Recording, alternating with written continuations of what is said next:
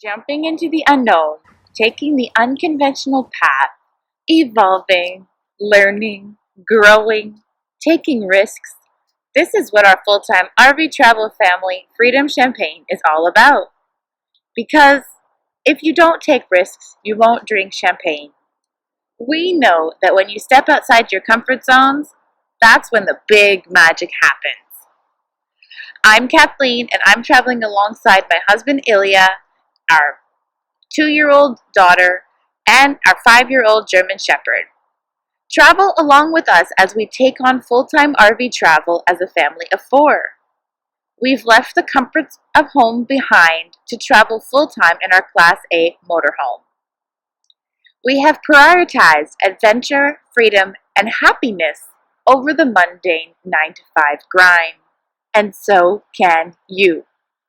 Subscribe to Freedom Champagne so you too can learn how to afford full-time RV travel, how to prepare for traveling with a toddler, how to save money traveling in an RV, and the must-have accessories you'll need for RV living. We provide all the inspiration and knowledge you need to take on full-time RV travel.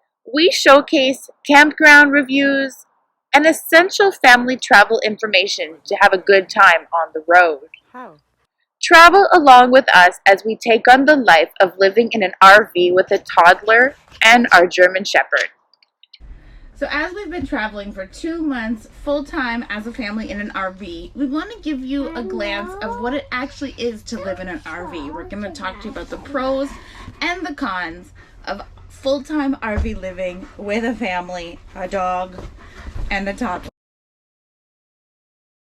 The reality, this is ironic, is that as a full-time travel family, we do not like travel days. Get up. No, you can't drive.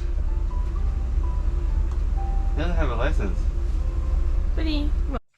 Yeah, disconnecting all the plumbing and putting it all, washing it all, putting it all in their spaces and places. There's all the disconnecting of the actual bus, of course, the disconnecting of the hookups, but there's so much more than that. It's like inside the bus, all the logistics, like all of our counter space gets taken out. The cabinets get rearranged as we travel. The bathroom vanity area, our bedroom, everything that you think, like, you know, you put something there, at the end of the travel day, it's on the floor. So you're constantly having to like clean up and rearrange your space. So there's all of the logistics, the bus itself, but then there's the traveling with a toddler and a dog.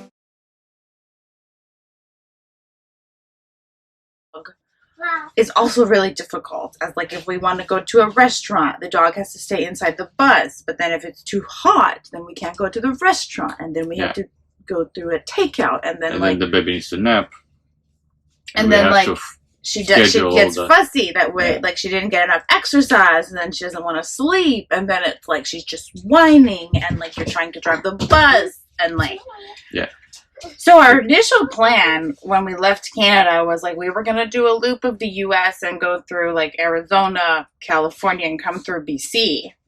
But after driving down to Florida, we're like, no. We're just going to stay in Florida for the 6 months that the government allows us. And then... Yeah, we'll plan that for the next trip, for the next year. Like, next adventure. Because the travel days, it's just the unpredictability of being out of our routine.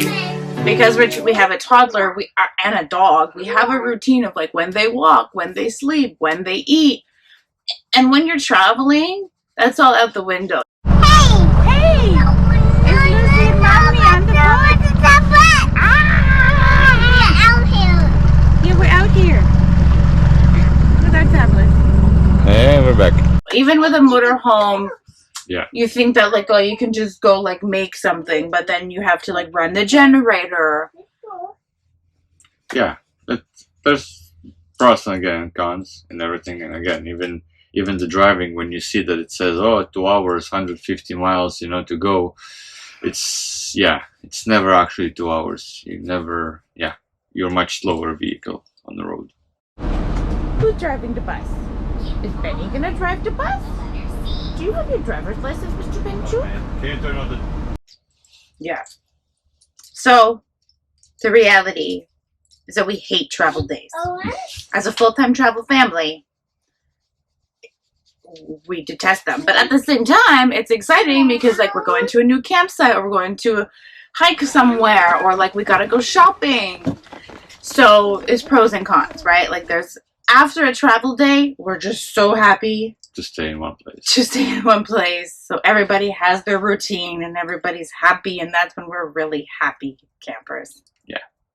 To what we like is basically the unknown, where tomorrow we don't know what tomorrow gonna be like. We don't know what the next week is gonna look like. We don't know what we're gonna do compared to like living in our house with our day-to-day routine, when you kind of know how tomorrow is gonna look like.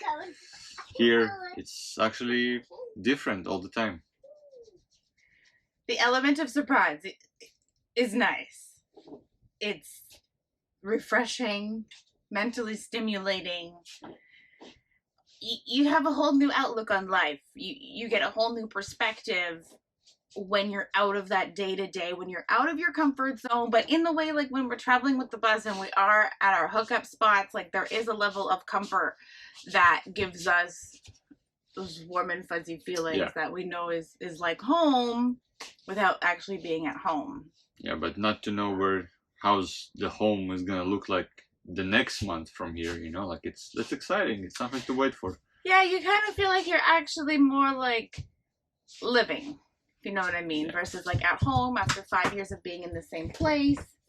It gets routine, it gets mundane, you start to just get too cozy. And I think that's what's exciting about full-time travel, is that you're never like so much in your comfort zone, so you're really like living with the universe, and you're going and you're growing, evolving, learning, expanding. Like your whole mind is just like on a learning journey. Yeah, that's cool.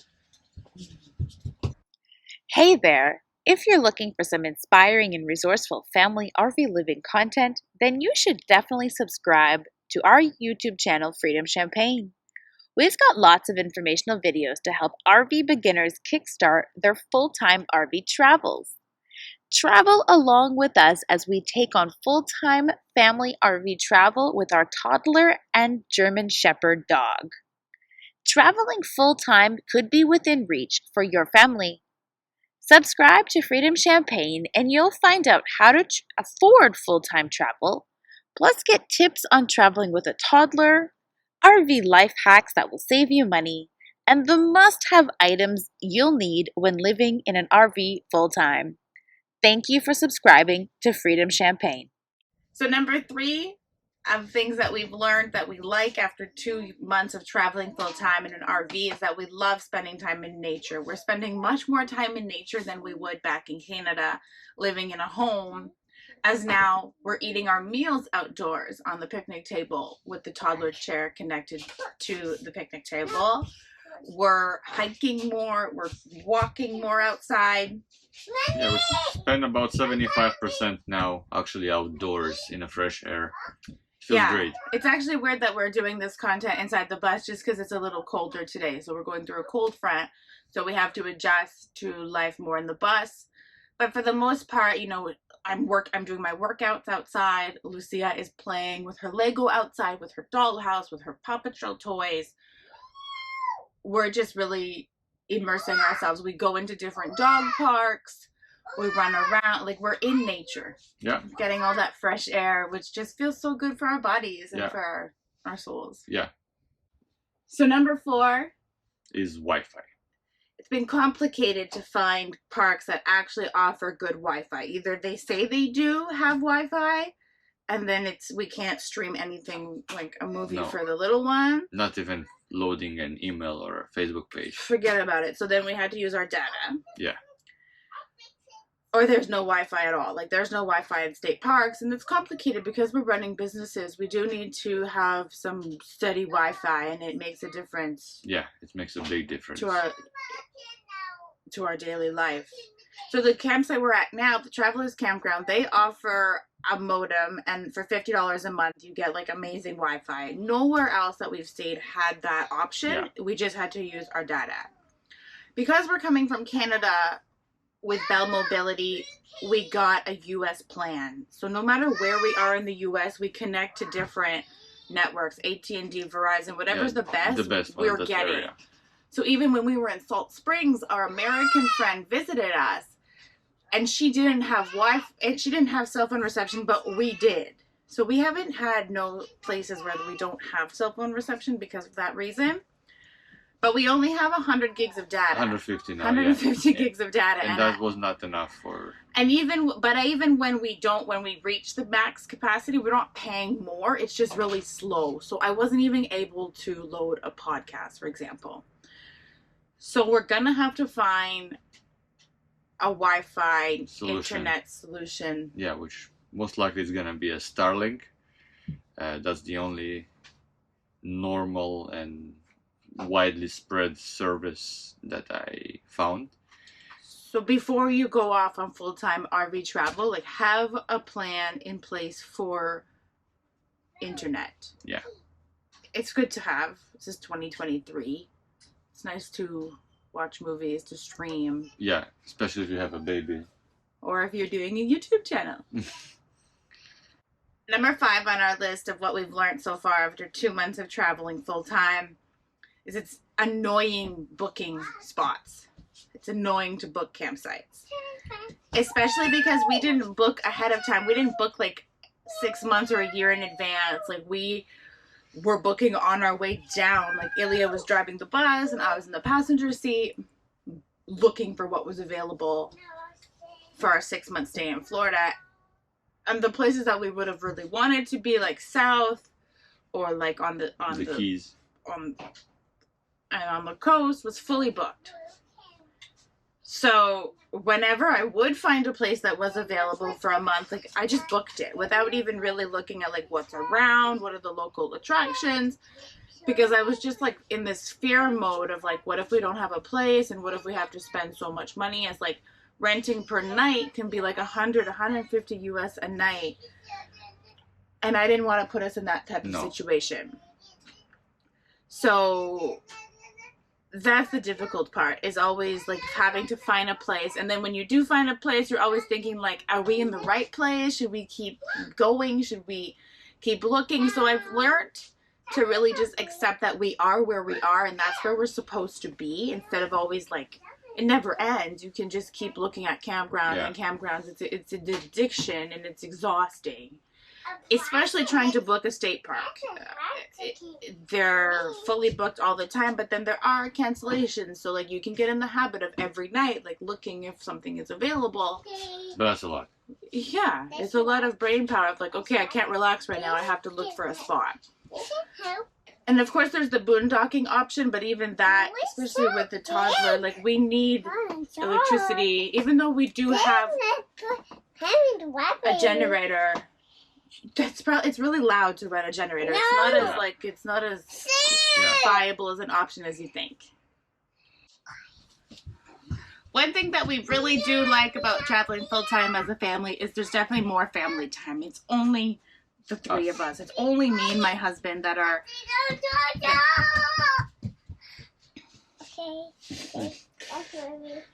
We do miss our family back home. Especially like, we did Christmas, we did New Year's on the bus. We're also going to do Easter without our family. So it's a change. But at the same time, we've learned how to really depend on each other to work together and have more quality family time together. Like, even when it's cold, we just kind of like watch movies in bed or cuddle on the couch here. And I don't think we did that so much as a family back home. I think we were like always just busy in urban life, working all the time. Just in the routine, in the daily routine.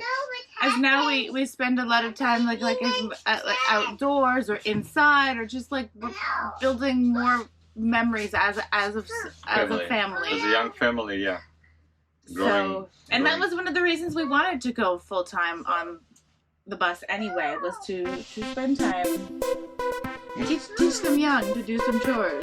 What we do, another thing we really do like about the bus too, is that the cleaning, there's less cleaning than in a big house. That's for sure. It's way easier to maintain and clean the floors here versus living in a bigger house. Or the dishes.